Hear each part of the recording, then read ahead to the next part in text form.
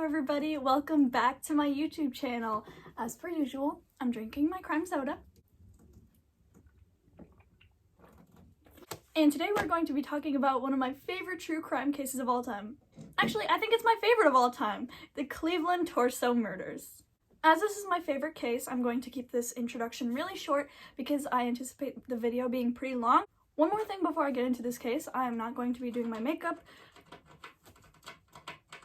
Can you don't? Let me go fix that. You have lost eating privileges.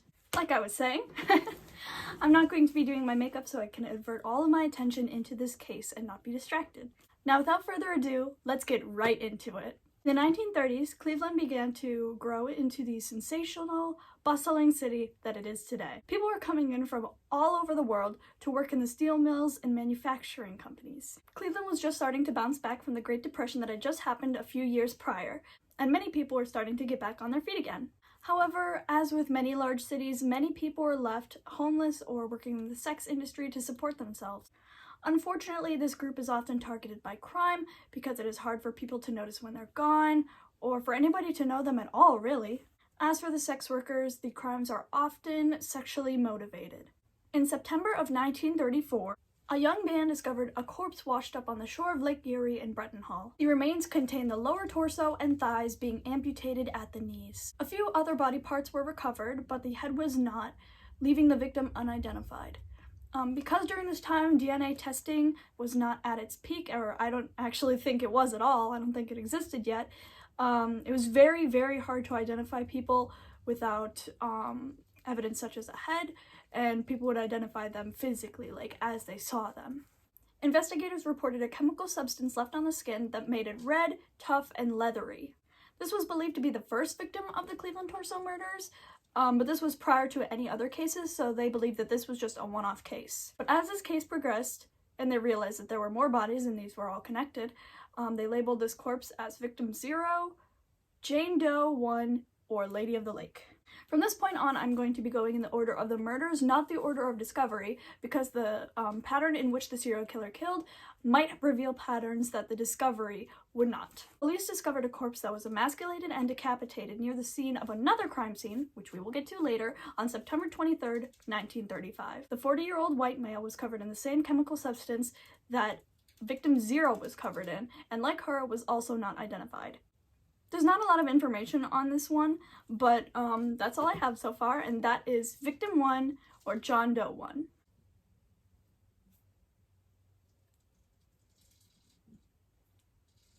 The discovery of this body was believed to be discovered prior to that of Victim 1, but was believed to be killed after the body of Victim 1. Two teenage boys discovered the decapitated and emasculated corpse of a man at the base of Jackass Hill, where East 49th Street dead ends into Kingsbury Run.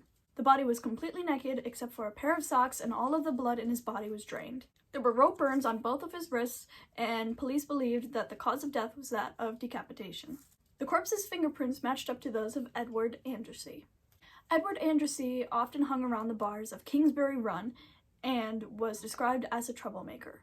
Just a few weeks before the murder, Edward was threatened and he stayed in his house for a few days, but alas, he was last seen alive on September 19th of that same year, and he was never seen alive again. His corpse was labeled Victim 2 or Edward Andrassy. On January 26, 1936, a woman discovered half of a body wrapped in newspaper and stuffed in bushels. The body was found on Central Avenue near East 20th Street. The body was dismembered and decapitated, but her head was found a few days later. After fingerprint identification, the corpse was then labeled as Florence Polio. Florence was a waitress and a barmaid and was often believed to be abused by her customers. Florence was emotionally unstable and went to drinking to solve her problems, but as you might guess, she turned into an alcoholic.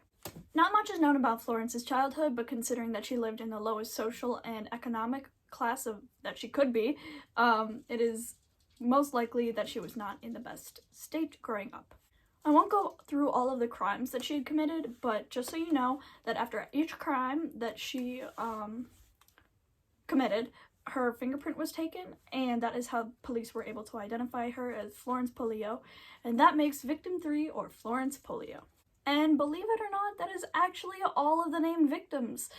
It makes me really sad that they weren't able to identify all of the victims that they could, but considering this was during the 1930s and DNA tracking and just forensics in general wasn't as developed as it is nowadays, so I understand why they couldn't do it, but still, if they were able to do it like we can do it now, they most likely have been able to identify the killer that was behind it all. This case truly stresses the importance of being in contact with someone at all times, or at least having someone know where you are. Granted, there were not phones at the time, and these people were homeless, so if they wanted to keep in contact with someone, it was extremely, extremely difficult for them. So what really is the true meaning behind this case? Is it to keep in contact with somebody all times, or to help the homeless, or is it both? What do you think? But anyway, back to the case.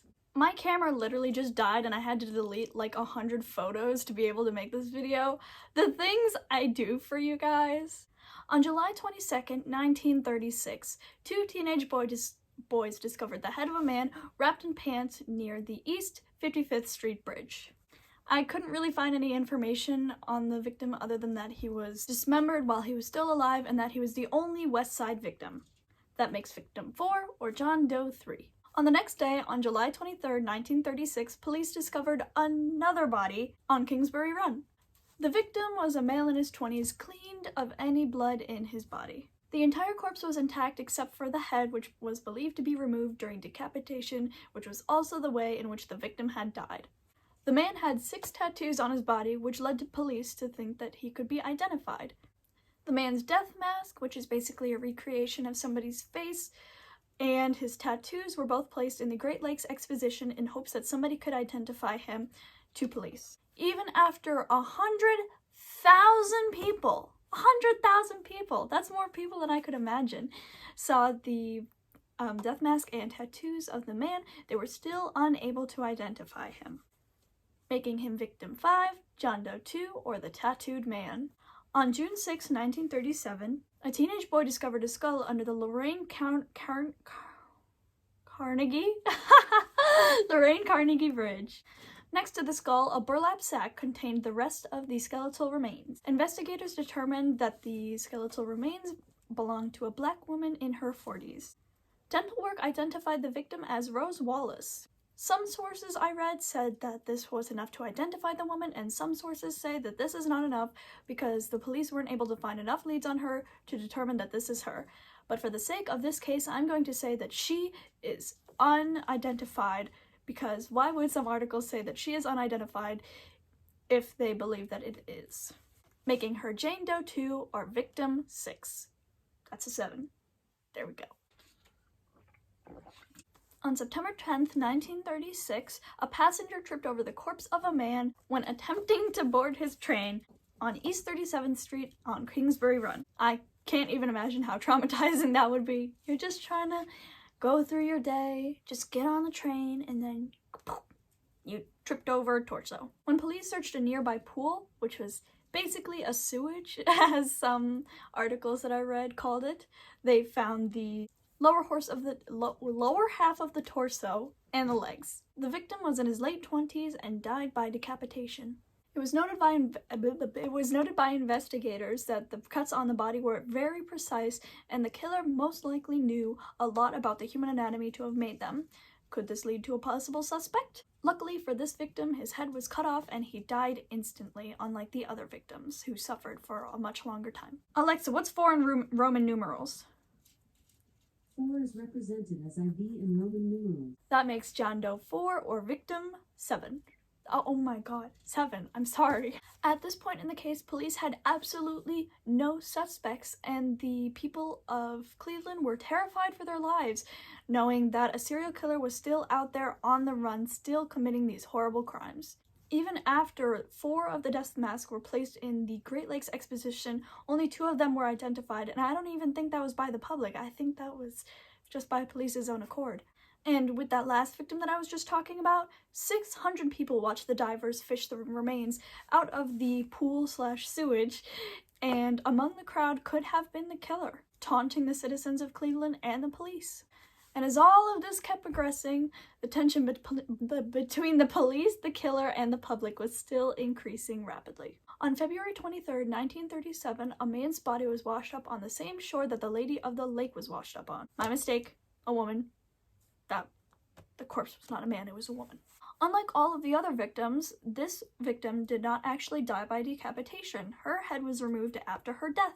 The lower half of her torso was discovered on East 30th Street a few months later, but her head was still never recovered, meaning that she was unable to be identified, making her Jane Doe 1 or Victim 8.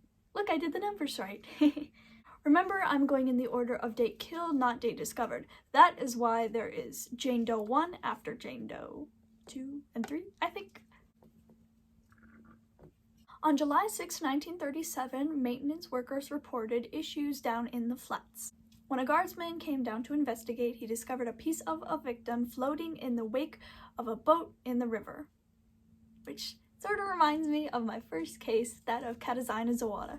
Over the next few days, police recovered all of the remaining remains, all except for the head. Unlike all of the other murders, this victim's heart and guts were ripped out. This could either mean that the killer was experimenting with new things that he could do to his victims, or this could be a completely separate case, a copycat of the Cleveland Torso murderers, as you will. The man was estimated to be in his mid to late 30s, and that makes Victim 9 or John Doe 5. On August 16, 1938, 2 bodies were actually discovered. 3 scrap collectors discovered the torso of a woman and the body of a man near Lakeside and East 9th. The woman was wrapped in a blazer and the man was wrapped in a quilt. The legs and arms of the woman were discovered in a makeshift box wrapped in butcher paper and tied together with rubber bands. And the head was wrapped in the same way. Investigators speculated that the victim was refrigerated for a while. And if you put 2 and 2 together, butcher paper and refrigeration, could that possibly mean that the killer was maybe planning to eat this victim? While searching for other body parts, police discovered the corpse of a man a few yards away. I couldn't find a lot of information on this victim, unfortunately, but we can tell that he died by decapitation and that his head was found in a trash can. That makes the man John Doe 6 or Victim 10, and the woman Jane Doe 4 or Victim 11. And finally, the last body was discovered on April 8th, 1938. A man walking through the flats thought he saw a dead fish along the banks of the Cuyahoga River, but upon closer inspection, he realized that the fish was a human leg. A month later, police recovered 2 burlap sacks filled with the rest of the victim's body parts. This victim was also the only victim to have had drugs in their system. Does this mean that this person could have been a drug user before, or was this a way to sedate the person so that the killer can do whatever they want to them? We may never know. And that concludes all of the victims. Personally, I don't think that victim number 9 or John Doe number 5 was a part of the Cleveland Torso murders just because of the way that he was gutted. I believe this because the manner of gutting the victim was not used previous or after this murder, and I believe that this was just a one-off case, which many people thought the Lady of the Lake was, actually, because I couldn't find her in a lot of articles. But personally, I do think that she was part of the Cleveland Torso murders, and victim number 9, or John Doe number 5, was not. Now, despite this case being unsolved, police did have their eyes on 2 specific groups of people. The first being the residents of Kingsbury Run. I mean, obviously, most of the bodies were discovered on this run, and police thought, hey, maybe we should, I don't know, check the run? Elliot Ness, a detective who was most famous for trying to take down Al Capone, and 35 other investigators and police officers raided the town in hopes to find some evidence that they could find the Cleveland Torso murder. Now, this is by far one of the stupidest things I've ever seen in a case, but Elliot Ness ordered the detectives and police officers to set the town ablaze. I don't know why. Despite the detectives and police officers and Elliot Ness not finding any evidence that still could be hidden was destroyed by the fire. Also leaving all of the residents homeless. I don't think there's any win to this situation. But by some sort of miracle, all of the killing stopped after this raid. Was this a coincidence, or was one of the residents of Kingsbury Run the Cleveland Torso murderer? I guess they proved all of the critics wrong that said the killings would continue even after the raid. Another suspect the police had in mind was Frank Dalzell. Frank lived with Florence Polillo, as you remember, the 3rd victim of the murders. Frank also frequented the same bars that Edward, the 2nd victim, also frequented. In an intense investigation with police, Frank actually admitted to the murders. However, his confession was barely coherent and practically inaudible. Even before police could think of Frank as a suspect, he was found dead in his cell hanging from a hook. His death is extremely suspicious though. Despite the man being 5'8", he was found hanging from a hook that was only 5 foot 7 feet off the ground. And if you don't know, it is a human instinct to breathe, so even if you want to hold your breath and die, you can't because the lungs will take in all of the air that they possibly can. So he most likely would have stood up since he would be able to, but guess not, since he's dead. Also, an autopsy revealed that Frank had 6 broken bones while under police custody, and nobody had reported these broken bones ever before. So, was Frank Dalzell murdered? Did he commit suicide to avoid the questioning? We may never know. I say that a lot during this case, but it's really true. And that concludes this case. Oh my god, I love this case. This case is amazing. I hope you loved it as much as I loved researching it and presenting it to you. And I'd like to thank a few people before I end this video. First off, I'd like to thank my mom. She edits my scripts and she makes me not sound like an idiot. I'd like to thank my boyfriend. He encourages me and supports me while I make these videos. And obviously, I want to thank all of you guys for watching, especially the people that comment case suggestions. I have 2 new case suggestions, and I'm so excited to start researching them. But anyway, that's all I have for today. Stay safe out there, everyone. Bye!